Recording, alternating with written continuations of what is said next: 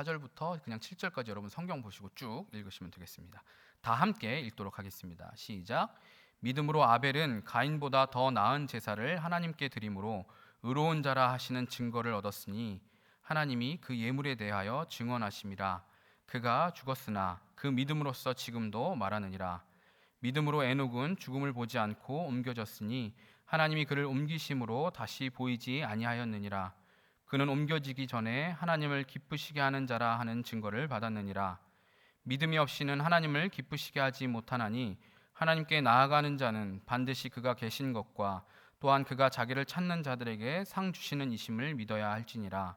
믿음으로 노아는 아직 보이지 않는 일에 경고하심을 받아 경외함으로 방주를 준비하여 그 집을 구원하였으니 이로 말미암아 세상을 정죄하고 믿음을 따르는 의의 상속자가 되었느니라.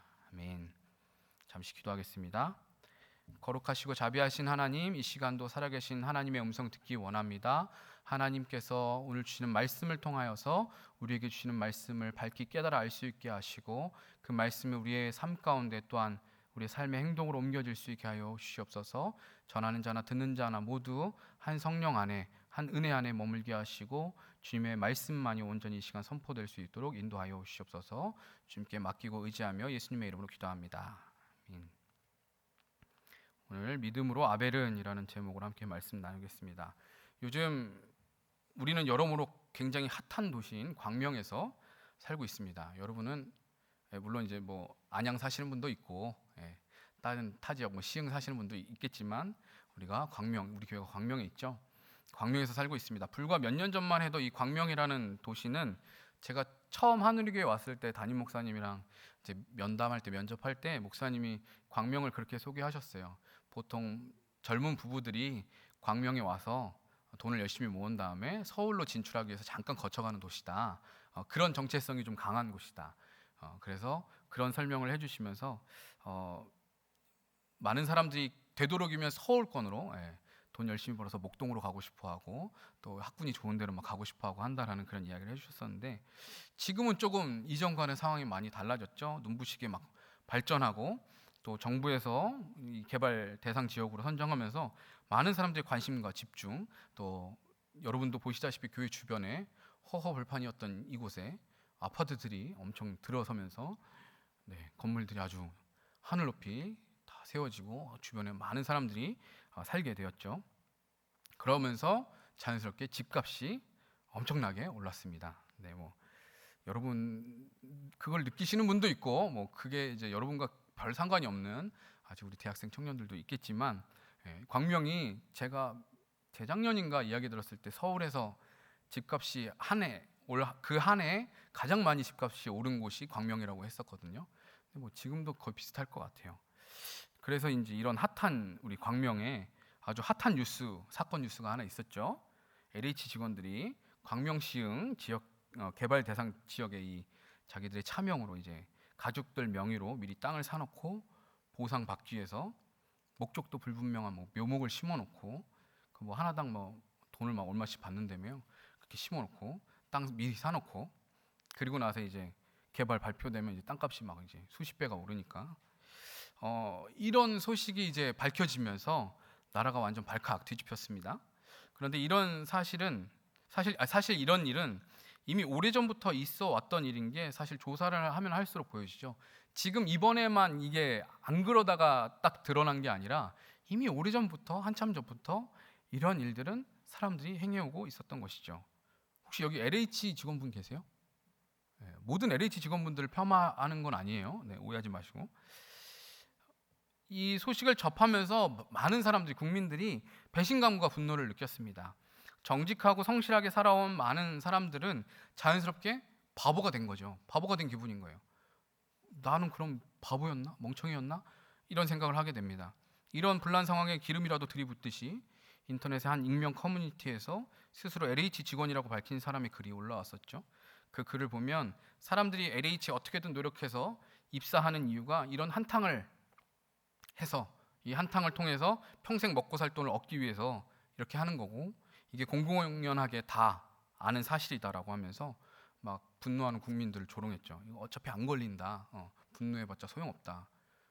니들이 찌질해서 그런 거다. 약간 이런 뉘앙스의 글을 올렸었죠. 이런 뉴스와 일련의 사건들을 보면서 여러분들은 어떤 감정을 느끼시나요? 이런 소식들을 접하면 또한 여러분들 무슨 생각이 드시나요? 굳이 신앙인이 아니더라도 이런 상황에서 분노하게 되지만 이런 사건과 상황을 마주하게 되면 우리는 이런 생각을 한 번쯤 해보게 됩니다. 도대체 그리스도인으로서 정직하게, 성실하게, 의롭게 사는 것이 무슨 의미가 있나? 그게 과연 어떤 의미가 있는 건가? 이런 생각을 하게 됩니다. 저렇게 대놓고 불의하게, 부도덕하게, 아니 그 정도까지는 아니라고 할지라도 눈만 딱 한 번만 질끈 감고 불의를 한번 행하면 이렇게 떵떵거리고 살 수 있을 텐데, 그죠? 그 LH 그 직원처럼 그냥 한 번만 눈 딱 감고 불의를 행하면 평생 먹고 살 수 있을 만한 금액의 돈을 남길 수 있대잖아요. 우리의 신앙과 믿음의 선택, 노력, 우리의 삶이 무의미하게 느껴지지 않나요? 이런 것들을 보면 평소에도 신앙 없이 자기가 하고 싶은 대로 살아가는 주변의 지인이나 친구들을 보면 더 잘 먹고 잘 사는 것처럼 보이죠, 우리 눈에. 믿음대로 살아가는 내 삶은 때로는 보잘것없이 느껴지고 헛수고처럼 느껴지기도 합니다. 남들은 일요일 날 놀러 가고 뭐 이것도 하고 뭐 공부도 하러 간다 그러고 고3 때 뭐 공부한다고 열심히 공부하고, 근데 나는 주일날 와서 예배 꼬박꼬박 드리고 신앙생활 열심히 하려고 하고 교회 봉사도 열심히 하고, 근데 안 믿는 친구하고 비교해서 놓고 보면 그래서 내 삶이 월등하게 그 친구들보다 더 나아졌나? 고개를 갸우뚱하게 되는 경우가 참 많습니다. 그래서 이게 무슨 유익이 있나? 예수를 믿는 것이 과연 좋은 것이 맞나? 하는 그런 생각이 듭니다. 오늘 본문의 아벨이라는 인물을 보아도 그런 생각이 들게 됩니다. 물론 히브리서 11장에 등장하는 인물들은 모두 믿음으로 살아온 사람들을 나열하고 있습니다. 그러나 이 사람들의 삶을 자세히 들여다보면 믿음으로 산 이 사람들의 삶이 마냥 좋아 보이지 않아요. 우리 눈에 이 삶이 부러워 보이지 않습니다. 아벨은 믿음의 선진들 중에서도 가장 먼저 언급되는 인물인데 벌써부터 아벨의 삶을 보면 한 절이지만 아벨의 삶을 보면 아벨처럼 살고 싶은 마음이 안 들 정도예요. 아벨에 대해서 여러분이 자세히 보고 싶으시다면 창세기 4장으로 가시면 되는데, 창세기 4장에 등장하는 아벨의 인생을 여러분들이 좀 나중에 한번 자세하게 살펴보십시오. 아벨은 여러분 뭐 다 아시겠지만 아담과 하와가 이제 동침하여서 이제 최초의 인류인 아담과 하와가 이제 결혼하여서 자식을 낳는데 첫째가 가인이고 둘째가 아벨이죠. 형인 가인보다 이 아벨이 뭔가 더 굉장한 믿음의 소유자이거나 혹은 가인보다 이 아벨, 동생인 아벨이 뭔가 경쟁심, 질투심을 가지고 내가 더 형님보다 인정받을 거야, 내가 하나님 앞에 칭찬받을 거야, 복받을 거야, 이렇게 경쟁하면서 무언가를 한 게 아니었어요. 아벨은 그저 자기의 믿음을 가지고 그 믿음대로 제사를 드렸을 뿐이고 하나님이 기뻐 받으시는 제사를 드렸을 뿐이에요. 그래서 하나님이 아벨의 제사를 받아주셨어요. 그런데 가인은, 형인 가인이 드린 제사는 그렇지 않아서 하나님 받지 않으셨을 뿐이에요. 아벨이 뭔가 가인에게 위협을 가하거나 뭐 해를 주거나 그게 아니라 그냥 자기의 믿음대로 살았을 뿐이에요. 자기 할 일을 한 것뿐이죠. 그런데 그 결과가 어떻게 됐죠? 아벨이 가인에게 무언가 잘못한 게 아닌데도 엉뚱한 분노의 화살이 아벨에게로 날아와서 그의 심장에 꽂힌 거예요. 아벨은 가인한테 잘못한 것도 없고 하나님 앞에 잘못한 것도 없어요. 근데 억울하게 형한테 죽은 거예요. 여러분이 아벨이라고 한번 상상해 보십시오. 얼마나 억울합니까? 죽다 살아났으면 억울한 걸 하소연이라도 하겠는데 죽었으니까 말도 할 수가 없어요. 얼마나 억울한 상황입니까? 차라리 하나님이 제사를 안 받아주셨거나 아벨도 가인처럼 믿음으로 안 드리거나 혹은 뭐 제사를 대충 드렸으면 죽을 일도 없을 텐데 이게 뭐죠? 믿음으로 살았는데, 믿음으로 행동했는데 돌아온 결과는 이런 비참한 것이잖아요. 성경에서는 아벨이 의로운 자라 하시는 증거를 얻었다라고 하는데 허망하게 죽은 아벨의 입장에서 그게 무슨 소용이 있는 것처럼 느껴지십니까? 그게 무슨 소용이죠? 야, 아벨은 정말 의로운 사람이야, 정말 믿음 있는 사람이야, 죽었는데 그게 무슨 소용이지? 이런 생각이 안 드시나요? 아벨처럼 이렇게 되고 싶은 사람이 있을까요? 야, 나는 믿음으로 살아서 아벨처럼 저렇게 순교해야지. 물론 이제 우리가 믿음으로 그런 것들을 이제 소망해야 된다고 뒤쪽에 이야기하겠지만 그렇게 살고 싶으세요? 열심히 믿음대로 살았더니 어느 날 남도 아니고 내 형제가 뒤통수를 찍어서 내가 죽는다? 이렇게 살고 싶으세요? 이런 걸 보면 의롭게 사는 게, 믿음으로 사는 게 도대체 무슨 의미가 있는 것입니까? 족장시대 이전에 믿음의 인물로 언급되는 사람이 총 3명이에요. 그래서 지금 에녹이 아니라 아벨이 나왔고, 그 다음에 원래는 안 읽으려고 했지만 에녹하고 노아까지 지금 읽었죠. 에녹과 노아도 사실 살펴보면 마찬가지예요. 5절과 7절을 보면 에녹은 창세기 5장 21절에서 24절에 짧게 언급이 되는 인물이에요. 창세기 5장은 어떤 내용이냐면 아담의 계보가 소개가 돼요. 아담의 자손들이 쭉 소개가 되는데, 에녹은 다른 인물들과는 달리 독특한 기록이 있어요. 그는 65세의 아들 무두셀라를 낳았고 이후에 300년을 하나님과 동행하면서 살다가 365세에 하나님이 그를 데려가셨다라고 기록을 해요. 그냥 죽은 게 아니라 하나님이 데려가셨다라고 표현합니다. 아담의 계보 속에 다른 인물들의 수명이 최대 900세를 훌쩍 넘는 것에 비하면 굉장히 일찍 세상을 떠나는 거예요. 남들은 다 900세 사는데 혼자 300세 떠난 거죠. 에녹이 비록 죽음을 보지 않고 바로 하나님이 데리고 가셔서 천국에 간 것이지만, 생각해 보세요. 에녹의 가족들과 자녀들의 입장에서는 이게 반갑고 기쁜 일이에요? 우리 아버지가 40대 50대에 갑자기 어느 날 행방불명됐어. 하나님 데려갔대. 이거는 뭐지? 하나님 왜 우리 아버지를 왜 데려가시지? 제가 에녹의 입장이라면 개인적으로는 내가 하나님과 동행하면서 죽음을 보지 않고 하나님 품에 안기는 것이 정말 복되고 기쁜 일이죠. 참 너무 감사한 일이죠. 하지만 한편으로 제 아내와 저의 2 아들들에게는 일찍 남편과 아버지를 잃는 일인데, 그게 정말 축복이라고 말할 수 있는 건가요? 믿음으로 살았는데, 의로운 삶을 살았는데, 하나님과 동행했는데 아버지가 없어졌다? 이게 마냥 기쁘고 즐거운 일인가? 물론 에녹을 하나님이 데려가실 때 어떤 전후 상황과 세세한 사정은 우리가 다 알지 못하지만 그것은 성경이 기록하고 있지 않아요. 에녹의 가족들 입장에서는 의롭게 살아가는 게 무슨 의미가 있냐라고 질문할 수 있을 것 같아요. 에녹은 아니라 할지라도 에녹의 가족들은 아니 아무리 그래도 하나님 왜 이렇게 빨리 우리 아버지를 데려가십니까? 이렇게 원망하는 마음이, 억울한 마음이 들 수 있을 것 같아요. 그러면서 야, 믿음대로 살았더니 하나님이 아버지를 일찍 데려가네? 이게 무슨 의미가 있을까?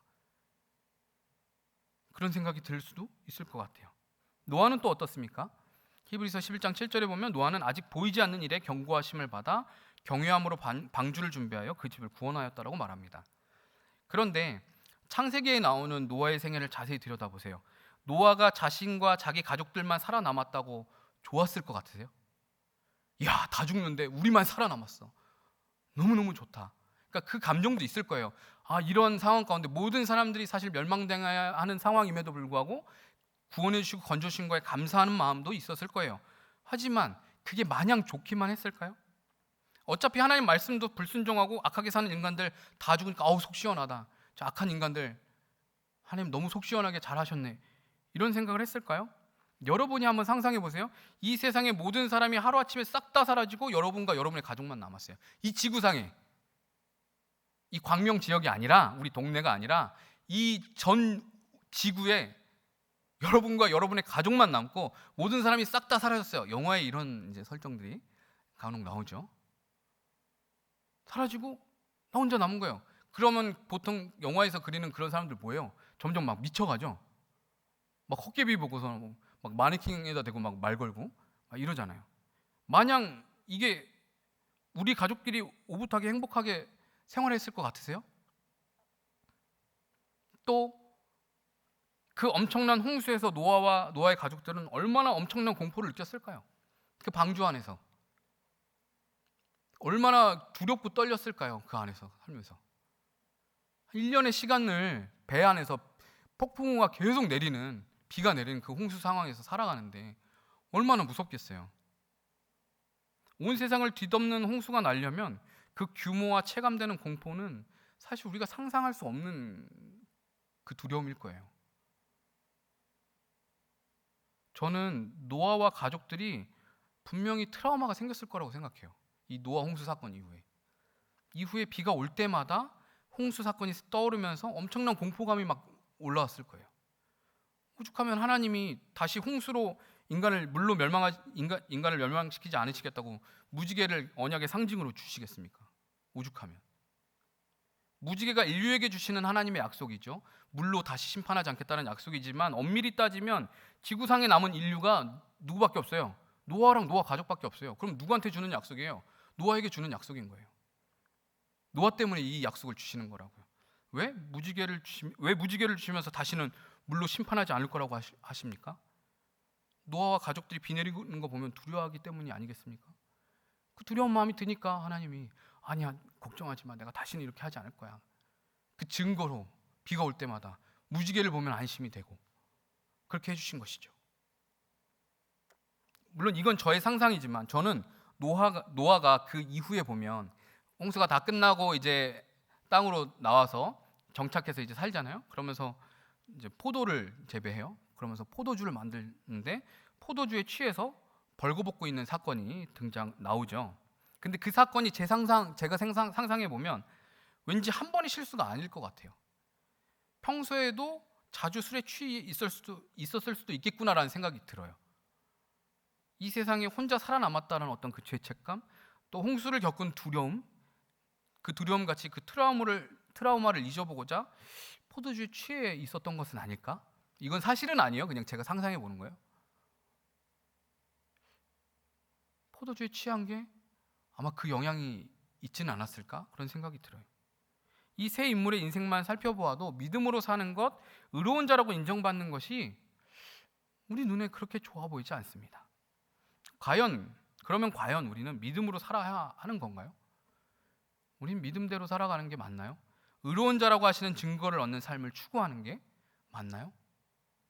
그럼에도 불구하고 이렇게 억울하고 비참하고 때로는 모두 그런 건 아니지만 정말 실망스러운 어떤 결과가 나오는 삶이라 할지라도 우리가 의로운 삶을 추구하는 게 맞나요? 믿음의 삶을 살아가는 게 맞나요? 지난 2월 온라인 수련회에서도 다뤘지만 믿음을 무엇이라고 했었죠? 여기 아벨, 에녹, 노아의 이야기를 하면서 그 중간에 등장하는 6절이 바로 그 설교를 할 때 다뤘던 구절이죠. 6절을 다시 한번 다 함께 읽어보겠습니다. 11.6절 시작. 믿음이 없이는 하나님을 기쁘시게 하지 못하나니 하나님께 나아가는 자는 반드시 그가 계신 것과 또한 그가 자기를 찾는 자들에게 상 주시는 이심을 믿어야 할지니라.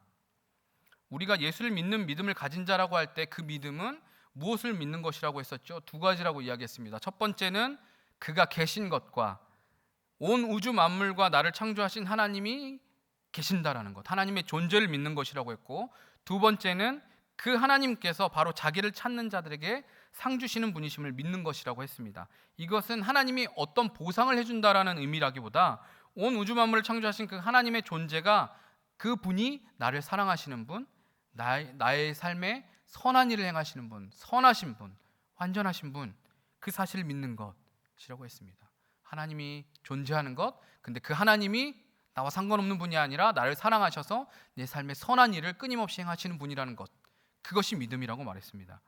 우리가 이 세상을 살아가면서 경험하지만 믿음으로 살아간다는 것이 항상 풍성하고 많은 것을 누리고 기쁘고 좋은 일만 가득하다는 것을 의미하지 않습니다. 여러분이 예수님을 믿는 사람들이지만 여러분의 인생에 계속해서 좋은 일들만 생기는 건 아니잖아요. 이것은 예수님을 믿는 사람이든 믿지 않는 사람이든 누구나 동일해요. 특별히 예수님을 믿는다고 해서 더 불행한 것도 아니고 예수님을 안 믿는다고 해서 더 잘 먹고 잘 사는 것도 아니에요. 사실은 다 동일합니다. 우리 눈에 유독 믿지 않는 사람들이 더 잘 사는 것처럼 보이지만 믿지 않는 사람들 중에도 가난하고 힘들고 어려움을 겪는 사람들이 많이 있어요. 믿음을 가진 사람들 중에서도 부유하고 많은 것을 누리고 사는 사람들도 분명히 있습니다. 우리의 믿음이 우리의 행복, 내 기준에서 생각하는 유익이나 만족을 가져다 주지는 않아요. 믿음이 어떤 그런 조건이 되는 건 아니에요. 예수를 믿으면 복 받는다라고 말을 해요, 보통은. 근데 그 말이 완전히 틀린 말은 아니지만 그 복은 우리가 생각하는 일차원적인 의미의 복이 아니에요. 예수 믿으면 복 받는다. 그래, 복 받는다. 뭐 돈 많이 번다, 부자 된다, 건강하다, 좋은 일이 생긴다, 진급을 한다, 좋은 학교에 간다, 결혼을 좋은 사람 만나서 잘한다, 인생에 불행한 일이 생기지 않는다. 이런 거를 의미하는 게 아니라고요. 그런 것도 하나의 요소가 될 수 있겠지만 그게 전부가 아니라는 거예요. 그건 극히 일부인 거고, 그럴 수도 있고 그렇지 않을 수도 있어요. 오히려 믿음으로 의로운 삶을 살아갈 때에는, 우리가 생각할 때에는 포기해야 되는 것들이 더 많아요. 어떻게 보면 내가 원하는 무엇을 누리기가 더 어려운 것들이 사실이에요. 포기해야 되는 것들이 많이 있어요.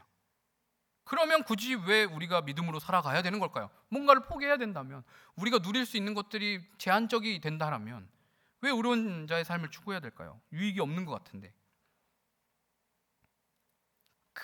우리가 보기에 우리에게 주는 유익, 우리에게 주는 그 만족보다 더 크신 분, 그 가치보다 더 존귀하신 분이 하나님이시기 때문이 아닐까요? 우리가 하나님을 선택하면, 우리가 하나님 안에 거하면, 우리가 이 세상에서 우리에게 엄청나게 좋은 거라고 생각했던 유익과 만족보다 훨씬 더 존귀하고 가치 있고 비교도 안 될 만큼 중요한 그 하나님을 나의 하나님으로 모시게 되는 것, 그렇기 때문이 아닐까요? 믿음을 선택하면 이 땅에서 부유해지든지 그렇지 못하든지 무엇에나 자족하면서 기뻐할 수 있습니다. 여러분이 가난하다 할지라도 여러분 그 안에서 만족하고 기뻐할 줄 알게 돼요. 부유하면 부유한 대로 감사하고 기뻐할 줄 알게 돼요. 믿음을 선택하면 미련하고 어리석어 보일 수는 있지만 하나님의 지혜가 나의 지혜가 돼요.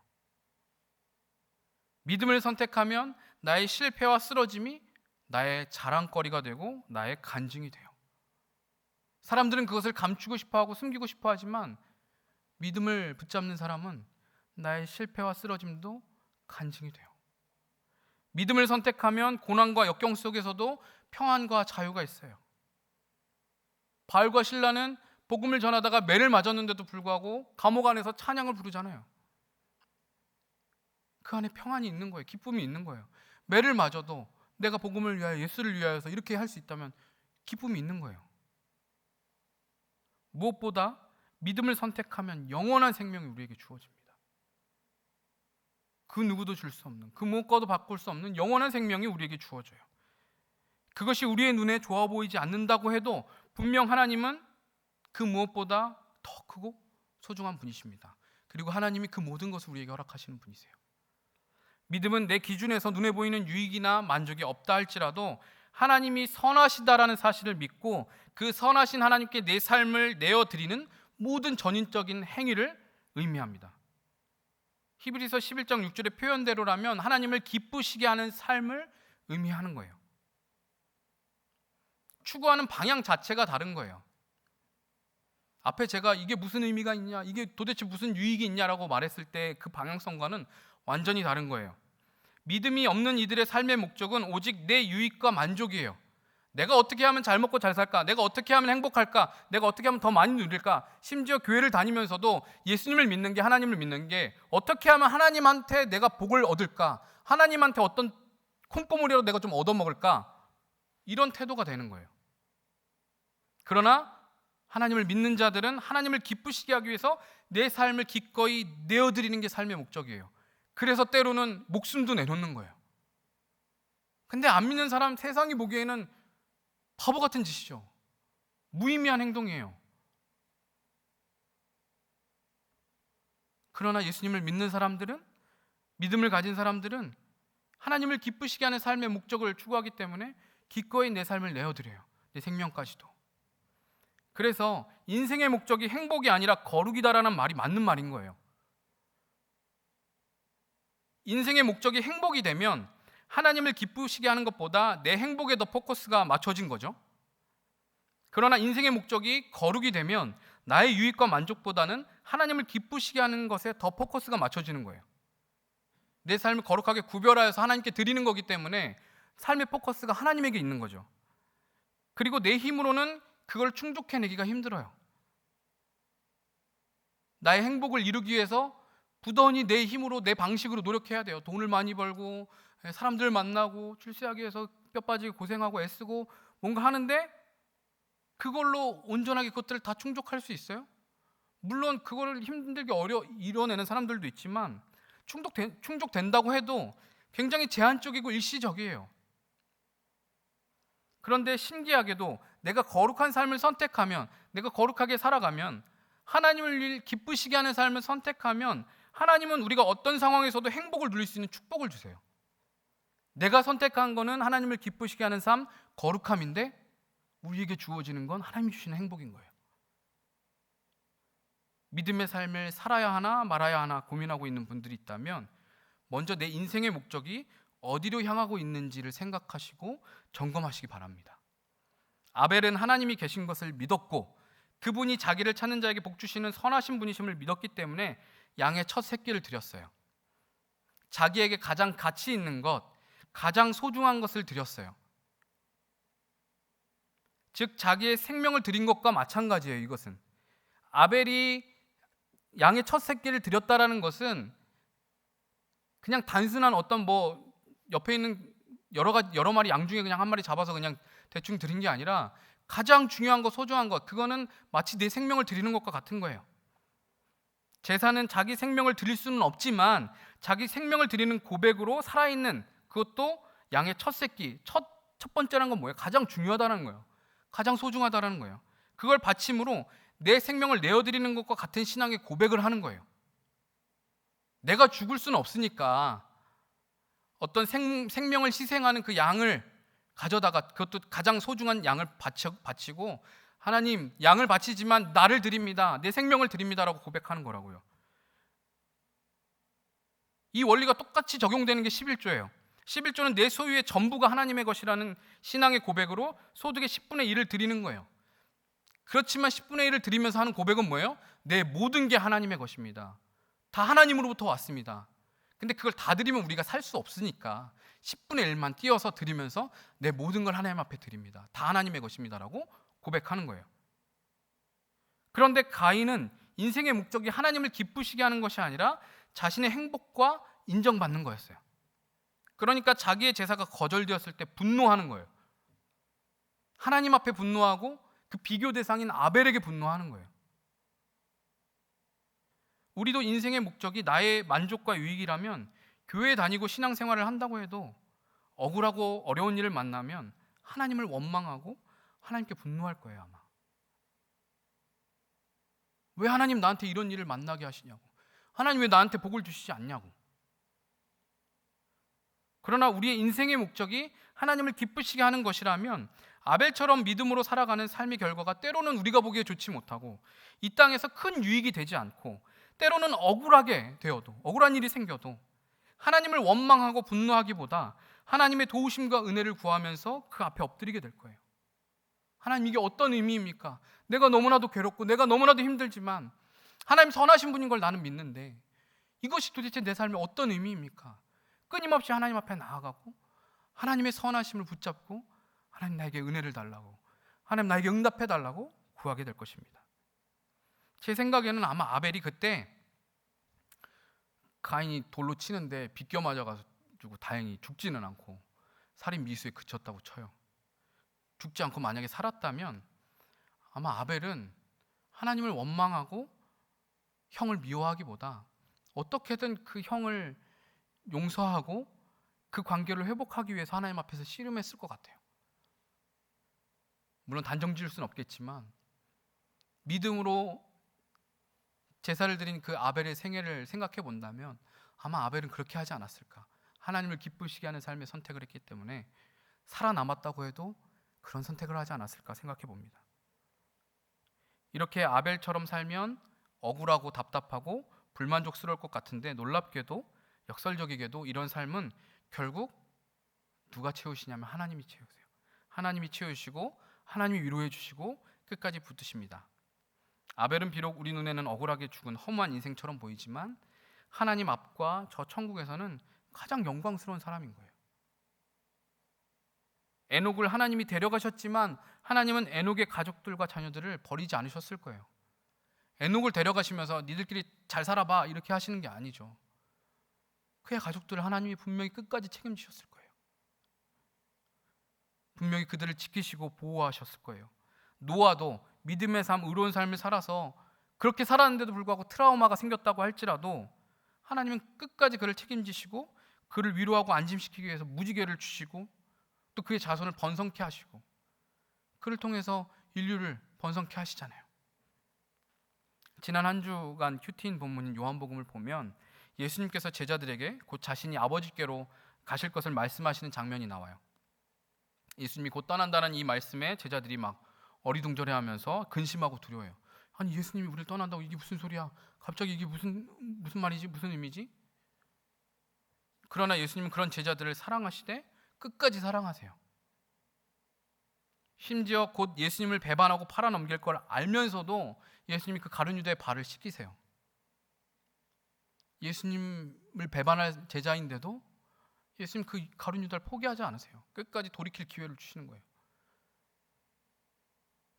내가 너를 사랑한다고 보여주시는 거잖아요.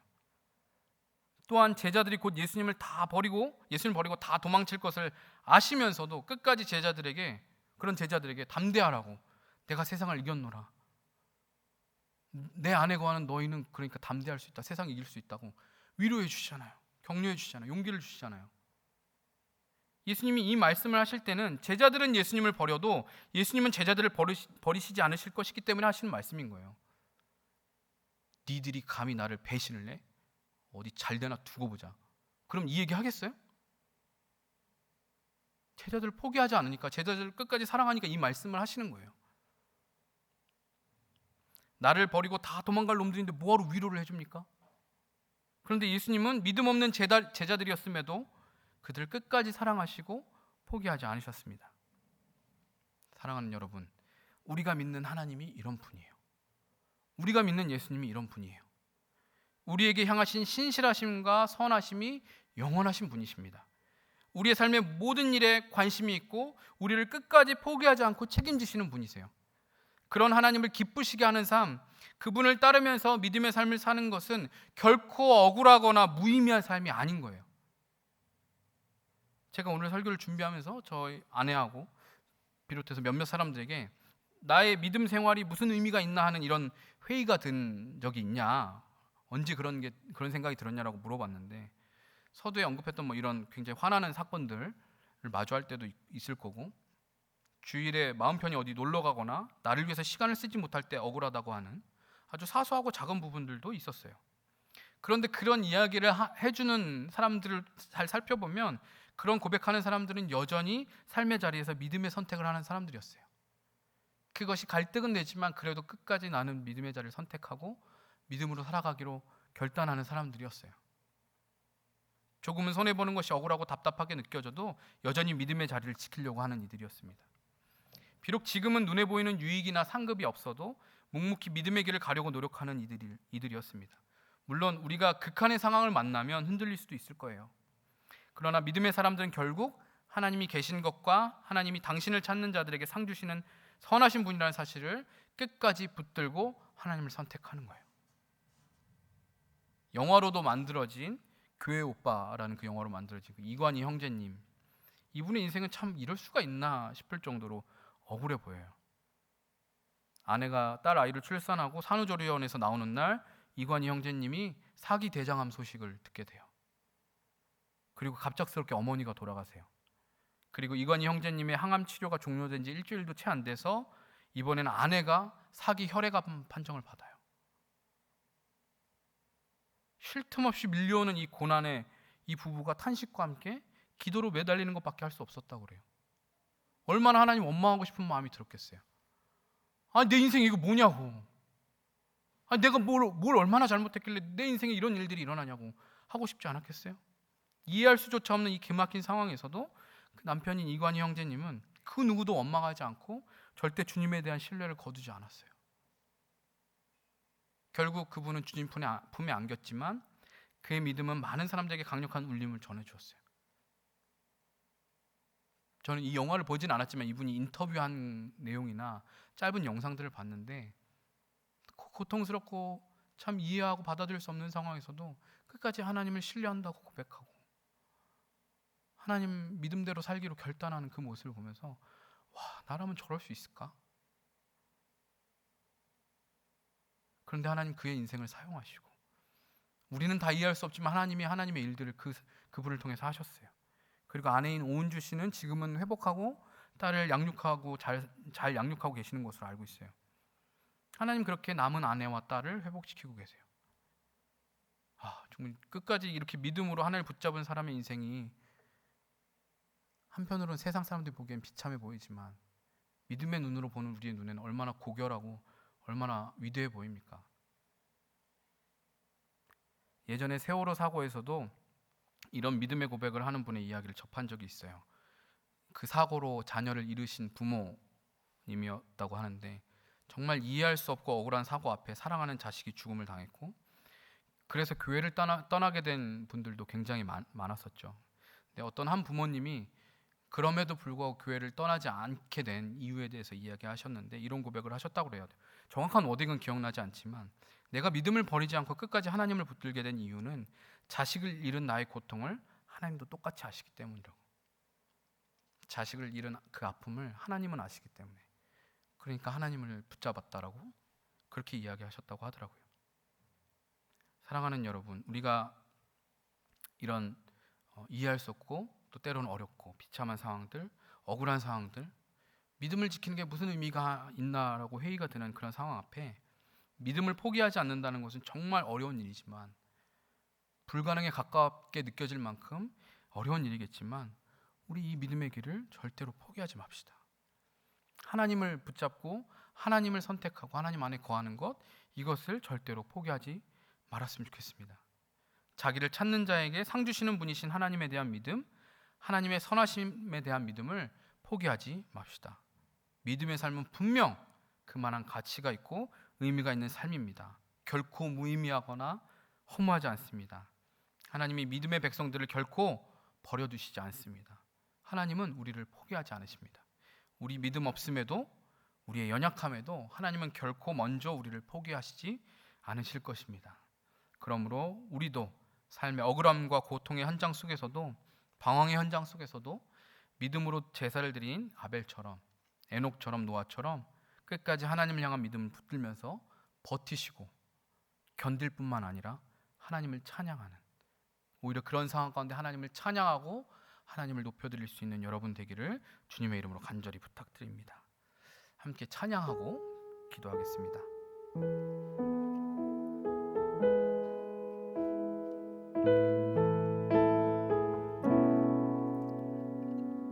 나의 예배를 받으소서라는 찬양인데요,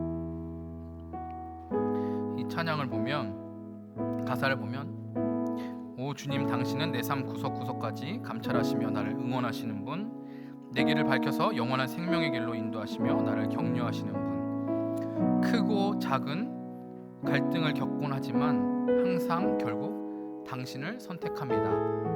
나의 유일한 고백의 대상은 오직 아름다운 당신뿐입니다. 이 고백이 저와 여러분의 고백이 되기를 원합니다. 크고 작은 갈등 가운데서도 결국 하나님을 선택하기 원합니다. 하나님의 아름다우심을 찬양하기 원합니다.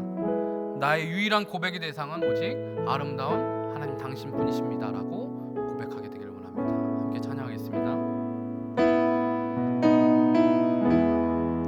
오 주님, 당신은 내 삶 구석구석까지 감찰하시며 나를 응원하시는 분, 내 길을 밝혀서 영원한 생명의 길로 인도하시며 나를 격려하시는 분, 크고 작은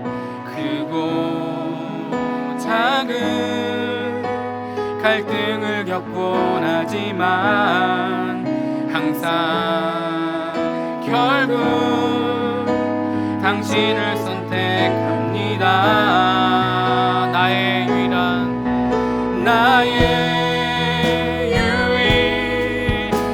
고백의 대상은 오직 아름다운 당신뿐입니다. 나의 유일한 고백의 대상은 오직 아름다운 당신뿐입니다. 당신뿐입니다. 나의 예배를 받으소서. 홀로 영광을 받으소서. 주여 나의 주여. 크고 작은 갈등을 겪곤 하지만 항상 결국 당신을 선택한. 한 번 더 크고 작은 갈등을 겪곤 하지만 항상 결국 주님을 선택합니다. 주님을 선택합니다. 나의 유일한 고백의 대상은 오직 아름다운 당신뿐입니다. 나의 유일한 고백의 대상은 오직 아름다운 당신뿐입니다. 나의 유일한 고백의 대상은 오직 아름다운 당신뿐입니다. 나의 유일한 고백의 대상은 오직 아름다운 당신뿐입니다. 나의 예배를 받으소서. 나의 예배를 받으소서. 홀로 영광을 받으소서. 주여 나의 주여. 이 시간 함께 기도할 텐데요, 기도하실 때 하나님, 내 삶에 마주하는 수많은 이해되지 않는 사건들과 정말로 억울하고 답답한, 내가 정말 이렇게 믿음으로 살아가는 것이 무슨 의미가 있는가, 내가 내 믿음을 지키는 것이 과연 어떤 유익이 있는가라는 의문이 들고 고민이 되는 그 순간, 하나님, 그럼에도 불구하고 하나님이 계신 것과 하나님이 자기를 찾는 자들에게 상 주시는 이심을 믿고 그 끝까지 하나님을 선택하는 그 믿음의 선택을 내가 하기 원한다라고 기도합시다. 하나님, 그런 의문이 들고 고민이 되는 그 상황 속에서도 결국 하나님을 선택할 수 있게 되길 원합니다. 우리의 유일한 고백의 대상, 우리의 유일한 찬양의 대상이신 그 하나님을 선택하고 내가 살아온 그 삶이 인간의 눈으로 보기에는 비록 억울하고 비참하고 보잘것없다 할지라도 그 믿음의 삶을 기뻐하시고 우리를 붙드시는 그 하나님을 믿고 오늘도 결단하며 믿음의 선택을 하는 제가 될 수 있게 도와주시옵소서라고 함께 기도하도록 하겠습니다. 같이 기도하겠습니다. 하나님, 우리의 삶 가운데 정말 많은 크고 작은 갈등들을 겪지만 그럼에도 불구하고 하나님, 우리는 하나님을 선택하기 원합니다. 믿음에 선택하기 원합니다. 살아계신 하나님, 하나님께서 온 천지 만물을 지으신 그 하나님이 계신 것과 그 하나님이 자기를 찾는 자들에게 상 주시는 선하신 하나님이신 것을 믿고 그 선하신 하나님이 나의 하나님이시며 나를 위하여서 독생자 예수를 주신 하나님인 것을 믿고 오늘도 그 선하신 하나님을 선택하는 그 하나님을 붙드는 그 하나님 안에 거하는 믿음의 청년들 되게 되어주시옵소서. 하나님, 크고 작은 갈등 가운데서도 항상 결국 주님을 선택하는 믿음의 백성들 되게 하여주시옵소서. 하나님, 삶이 아무도 알지 않는 것들 앞에 고통하고 신음하고 있는 그 자녀들이 있다면 하나님 찾아가 주셔서 위로하여 주시고 내가 너와 함께 있다라고, 내가 너를 붙잡고 있다라고 말씀하여 주시고 하나님, 그 믿음을 가지고 그 음성을 듣고 오늘도 살아계신 그 하나님을 선택하고 하나님, 내가 괴롭지만 내가 예리지 않지만 주님을 선택한다고 믿음의 선택을 할 수 있도록 인도하여 주옵소서. 하나님, 더 나아가 우리의 고백이 우리의 유일하신 하나님 앞에 나의 삶을 드리며 아름다우신 그 하나님을 찬양하며 높여드릴 수 있는 삶을 살아갈 수 있기를 원합니다. 하나님, 오직 우리 아버지 그 찬양의 대상은 오직 우리 주님뿐이신 것을 고백합니다.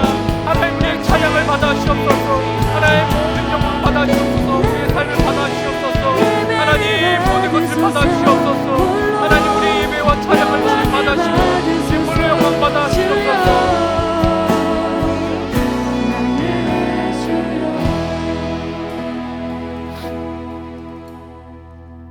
우리를 잘 아시는 하나님, 우리가 하나님을 믿는다고 하면서도 우리가 이 땅 가운데 살아갈 때 우리가 다 이해되지 않고 참으로 억울하고 괴롭고 안타까운 일들을 만날 때가 많습니다. 그때마다 믿음으로 사는 것이 무슨 의미가 있나, 이렇게 살아가는 것이 과연 어떤 의미가 있나라는 의구심이 들 때가 있습니다. 아벨이 경험한 것처럼 그저 믿음으로 제사를 드렸을 뿐인데 죽임을 당하는 정말 이런 말도 안 되는 상황을 마주하는 일들도 있고, 정말 크고 작은 어떠한 갈등 앞에 흔들리는 우리의 마음을 보면서 우리 자신에게 실망하기도 하고, 하나님, 그럼에도 불구하고 우리의 마지막 선택, 우리의 최종 선택은 항상 하나님이 되기를 원합니다. 그 크고 작은 갈등 가운데서 결국 주님을 선택하는 믿음의 청년들 되게 하여 주시옵소서. 우리의 믿음이 오직 살아계신 그 하나님, 그리고 자기를 찾는 자들에게 상 주시는 그 선하신 하나님이신 것을 믿는 그 믿음으로 하나님을 선택하고 하나님 안에 머물고 거하는 믿음의 청년들 될 수 있도록 축복하여 주시옵소서. 하나님, 특별히 지금 이해되지 않고 어려운 상황을 마주하며 고통 가운데 신음하고 있는 이들이 있다면 주님 찾아가 주셔서 위로하여 주시고, 어떠한 말로도 위로되지 않고 인간의 어떠한 위로도 충족되지 않지만 하나님, 지쳐 아버지 넘어지고 쓰러질 것 같지만 그럼에도 불구하고 끝까지 주님 안에 거하는 믿음의 선택을 할 수 있게 주님 붙잡아 주시고 도와주시옵소서. 하나님이 끝까지 우리를 놓고 포기하지 않으신다라는, 하나님 우리를 사랑하신다는 그 사실을 붙잡고 기억하면서 버텨내게 하시고 견뎌내게 하시고 이겨낼 수 있도록 주님 붙잡아 주시옵소서. 영원히 우리 함께 하시고 끝까지 함께 하심으로 결국 우리의 고백 가운데 우리의 찬양과 영광을 받기에 합당하신 오직 유일하신 한 분은 바로 아름다우신 하나님이시라는 그 찬양의 고백이 우리의 입술에서 터져 나올 수 있도록 축복하여 주시옵소서. 날마다 우리의 삶 가운데 함께 하시며 우리를 붙들어 주실 주님 믿고 의지합니다. 예수님의 이름으로 기도합니다. 아멘. 이제는 우리 주 예수 그리스도의 은혜와 하나님 아버지의 놀랍고 크신 사랑과 성령 하나님의 위로교통 충만하심이 결국 마지막에는 항상 하나님을 선택하겠다라고 결단하며 결정하는 사랑하는 우리 믿음의 청년들 머리머리 위에 이제로부터 영원토록 함께 있을지어다. 아멘.